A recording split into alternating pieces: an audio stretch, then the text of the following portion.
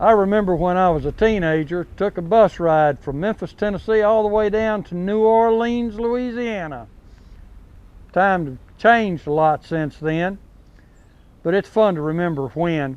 That's what this show's all about. I'm Tommy Ammons. My friend Don Tullos and I, we want to take you back in time and visit some things and help you to remember when. Today we're going to be doing trains and stagecoaches.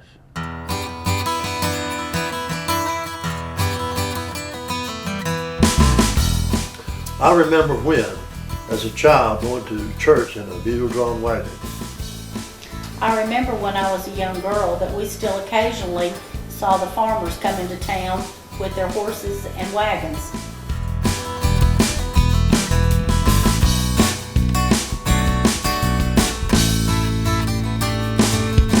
Over my shoulder here, you'll see the back of a way station where a stagecoach line used to run through here. Let's go join Don, see what it's like to ride a stage. You know, between the late 1700s and the early 1900s, if you wanted to travel anywhere in the United States, this was the way you traveled. This was a Concord stagecoach built in Concord, New Hampshire. It would seat about 9 people inside, and you could put 2 upstairs with the driver. Now, if you were driving across country, this stage would run between 3 and 5 miles per hour. Well, that's not too bad, except you think about there were no roads, and those horses up front, they kicked up a lot of dust. The roads you were on were just old pig trails, and there was rough. And this particular coach, Mark Twain said in his book, Roughing It, that the Concord was like a cradle on wheels. If you'll notice on the Concord, got these leather straps that made the carriage part very comfortable to ride in. But as you were riding on the stage, you had to deal with the people. There were people in here sitting very close together. There was 15 inches between the seats. So you think about how inside this coach that you had another row of seats in here, and there was 9 people sitting in this thing. They would start at the break of dawn. They would run for anywhere from, say, 12 to 18 hours a day. They would cover about 40 miles. Now you think about this, a trip of maybe 200 miles would take 5 days. These people would not bathe. They would not do anything but maybe stop, get some rest at night. But when you think about staying in this coach, can you imagine how well you got to know your passenger friends? You would leave early in the morning, you would get in this wagon, sit down, and you would ride. The only time this coach would stop was when you had to have a rest stop. There wasn't convenience stores to stop at and get something to drink or get something to eat. So if you were on a coach, whatever you had with you is what you had to eat, what you had to drink. They allowed smoking on the coach if there were no women on board. So as you were riding down, you got to know these people real well. And as they got ready to come into the stopping point, which was called way stations, these way stations were scattered about every 40 miles. Now, at a coach running about 3 to 4 miles an hour, it took 10 to 12 hours minimum to make that trip each day. As you would come into a way station, the way station was a building, maybe a 1-room building, where the horses would change, and then you would get a little rest and you'd go on the next day. But the length of time that you were in this coach was so long that you would have very little time to rest and relax. So traveling by coach in the 1800s especially was a rough way to go, but only the rich could travel. The traveling by the coach cost about a nickel a mile. Now you don't think that's a lot of money. You travel 100 miles, it costs you $5. But if you think about in the 1800s, $5 was a lot of money.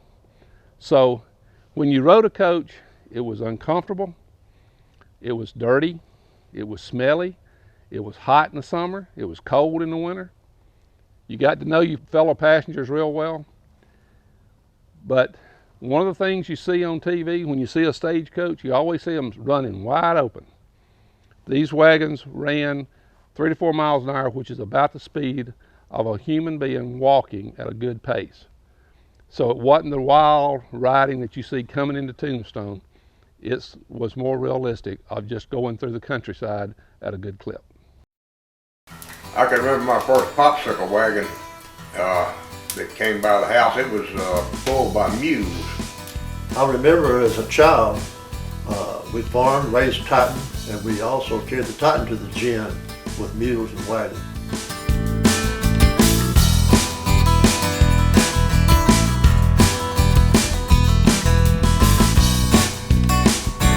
Well, this would be a typical way station that a stage would stop at.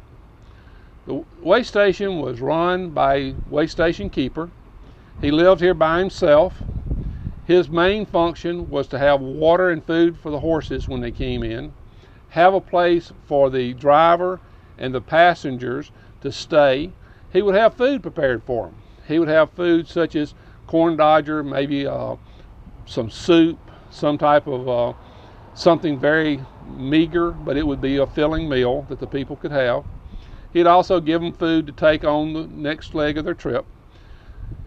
He lived here by himself.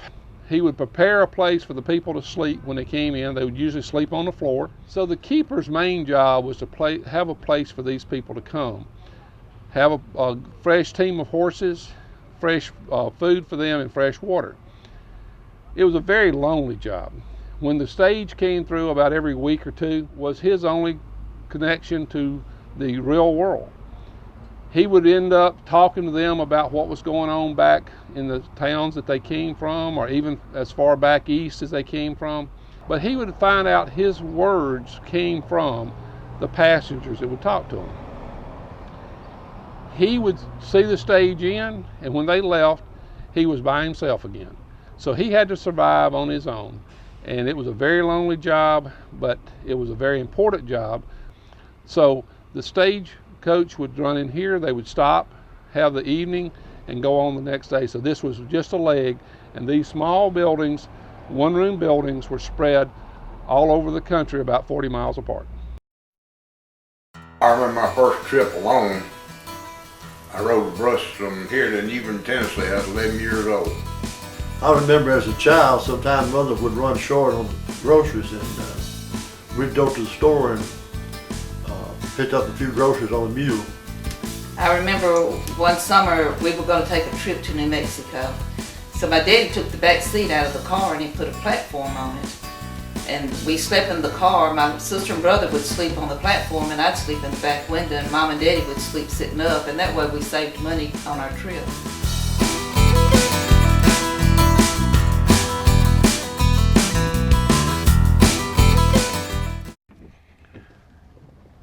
Boy, that was a nice trip.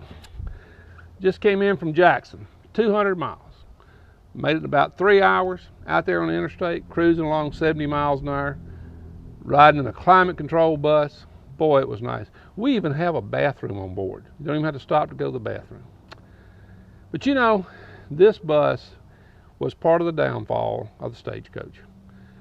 When the trains came into a town, the stagecoaches stopped in existence to those towns.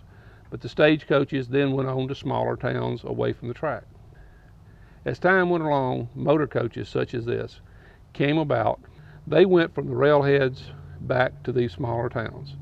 So by the end of 1918, somewhere in that neighborhood, the stagecoaches became a part of our history.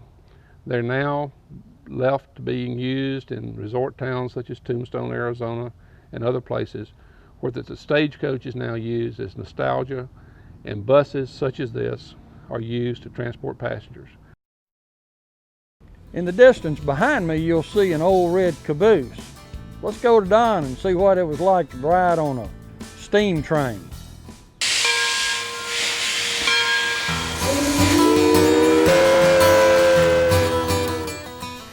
I remember back about 1958 or 59, and my daddy was going to teach me how to drive, and we had a stick shift car. So he worked for the railroad, and he told me, now when you get to the tracks, you stop and you look both ways. So sure enough, when we got to the tracks, I stopped right on top of the tracks and I looked both ways. I remember our mother taking us on a train ride to, I think, Jackson, Mississippi, because she wanted us to have the experience of riding on a train.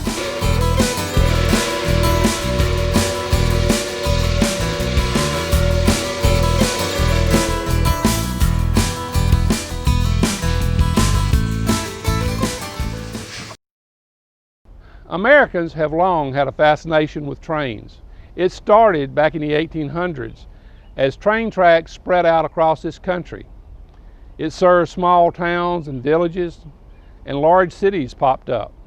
This was the way that people and supplies got to these small areas.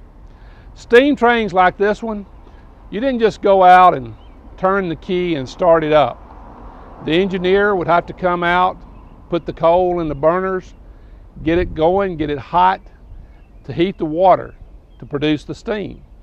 Before this steam train could actually move, it would take approximately 3 hours for it to get hot enough and enough steam to move the train. The first train travel in America was in 1830. There were approximately 141 people travel 6 miles, not a long trip. Back in those days, the passenger train and the freight train were together. The same engine would pull the passenger and the freight train into these small towns. The freight that moved by train came from the waterways. Early in American history, heavy freight was moved only by water. So if you didn't live on the ocean or you didn't live on a river, you didn't get a lot of freight. But as the trains moved inland, so did the people. Train travel had a couple of advantages over the other forms of travel that we had before them. One was they had higher speeds. They had steadier speeds. And weather was not an issue. If it was raining with a stagecoach and the roads were muddy, they had to slow down and it took longer. But with trains, weather did not affect their movement. In the 1900s, steam trains would run about 39 miles an hour, which meant over a 200-mile trip would take about 5 hours. The diesel locomotive would run about 78 miles an hour, which would run 200 miles in 2.5 hours. In the early 1800s, after the first train travel in 1830, by 1840, there were 2,818 miles of track in America. Not a lot of track. But by the start of the Civil War, there were over 30,000 miles of track in the United States. The Civil War was the first time that trains were used to transport troops to and from the war, and they also brought the wounded home. In 1869, the Union Pacific started on the West Coast, the Central Pacific started on the East, and they met in Utah to form the first transcontinental railroad. As a symbol of this transcontinental railroad, a gold spike was driven down to symbolize the completion of the transcontinental railroad. By 1889, there was over 100,000 miles of track in America. Travel tripled by train from 1896 to 1916. But in 1910, 95% of all intercity travel was by train. At the boom and the height of train travel was in 1920, when 1.2 billion passengers moved by train. I remember as a child riding the train back and forth to Tuscaloosa, Alabama to see our sisters in the summertime. And my dad would always tell them to make sure they got us off at the right place, because we were small and we were scared to death that we would be carried by our destination. I remember when I was a kid, we'd put pennies on the rail, let the trains run over and then try to find them.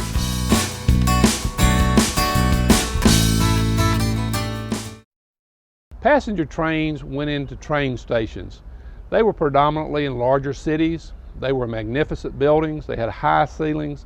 They were gathering places for people who traveled.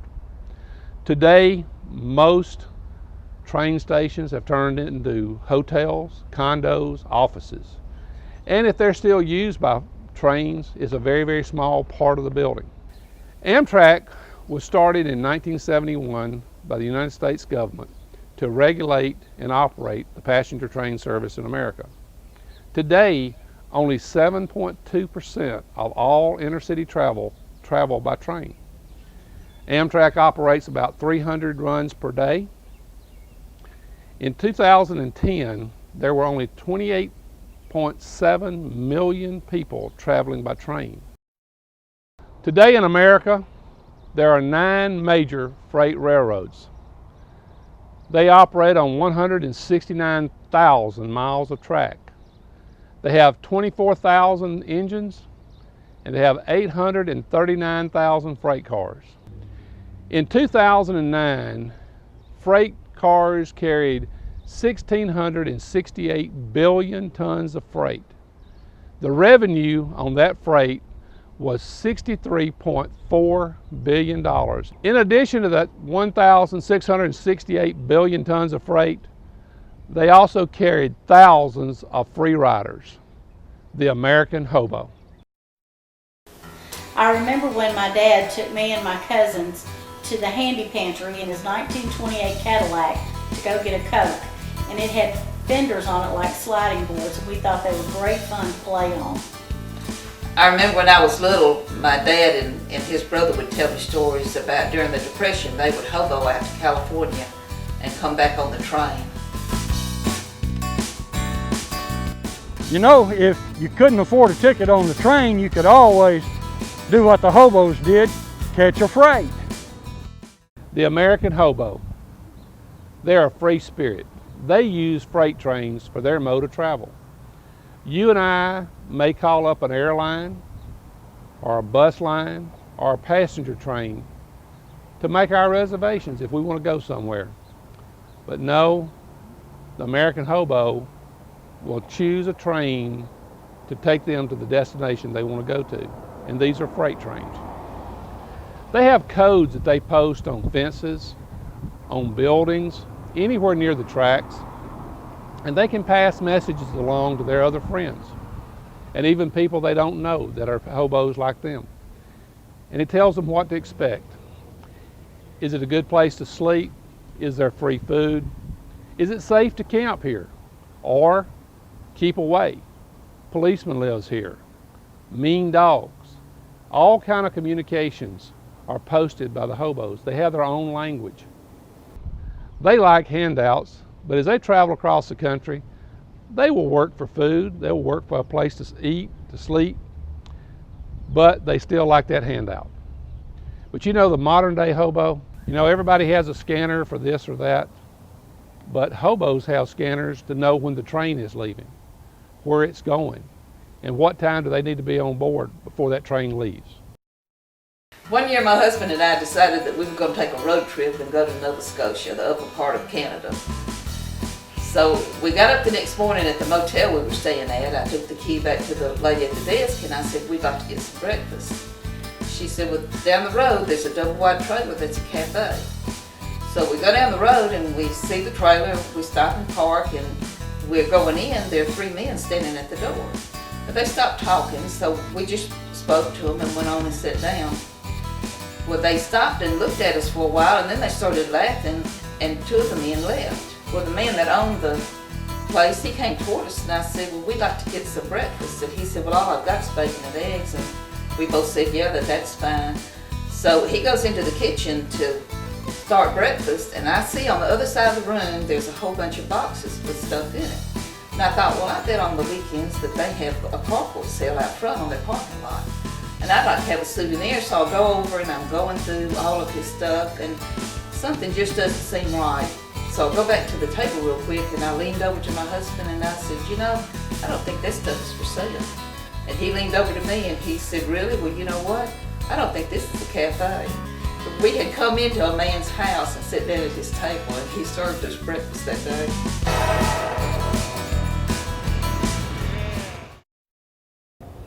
Dining cars like this one were great. They had the finest food on board. They cooked it on board. But boy, was it expensive. It was also a great way to meet people. In addition to the dining car, many of the trains had sleeper berths. It was air conditioned. They had recessed fluorescent lighting. But in most cases, it was even better than being at home. because most homes did not have air conditioning. During the late 1800s and early 1900s, politicians used trains for their mode of transportation during their political campaigns.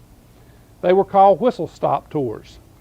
The reason they were called whistle stops, because as a train came into town, they would blow their whistle and people would know that the politician was in town. The people would gather around the back of the train, such as this, and as they gathered around, the politician would come out, make his speech. Many times would never even touch the ground, never get off the train, go back into the car and go to the next town or the next city. But during World War I and World War II, trains had a totally different use. It took our troops and supplies from the inner part of our country to the ports to be shipped overseas for the war effort, to fight for our freedoms. During this period of time, the public was asked, please don't use the trains, leave it for the troops, leave it for the supplies. We don't need people traveling that don't need to be there because of the war effort. We needed all the capacity we could get. And the citizens complied with this, and in reality, this was the downfall of passenger travel in America, because people got used to using other forms of transportation during World War I and especially World War II.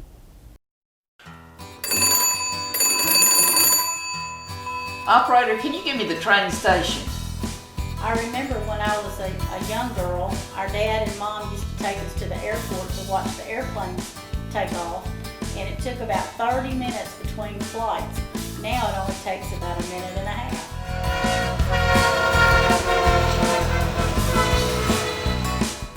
Here we are in Memphis, the halfway point for the city of New Orleans, going from Chicago, Illinois, down to New Orleans, Louisiana.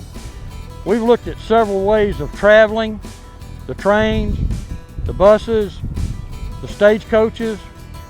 America used to travel like that, and we met people and we became friends. We got to know one another.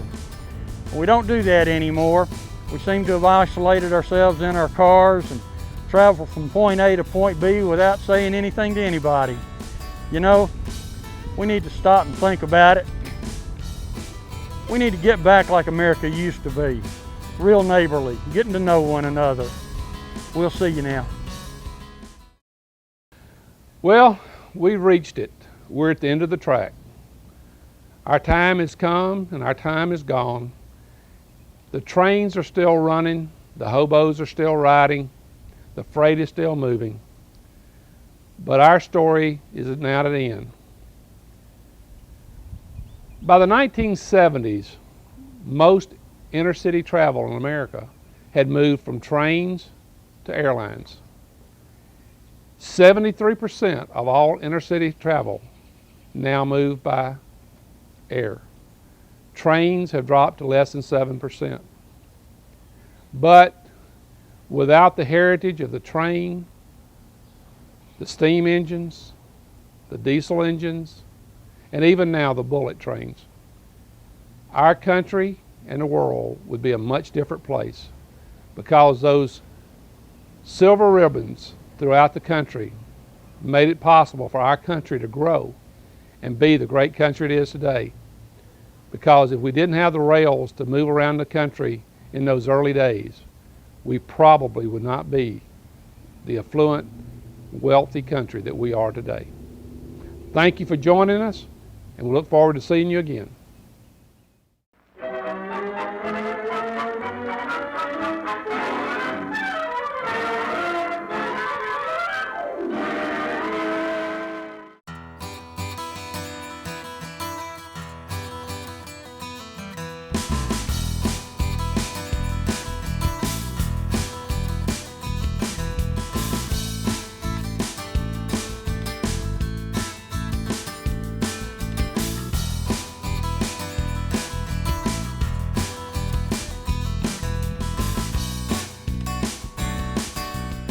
And in the words of that great philosopher, Porky Pig, that's all, folks.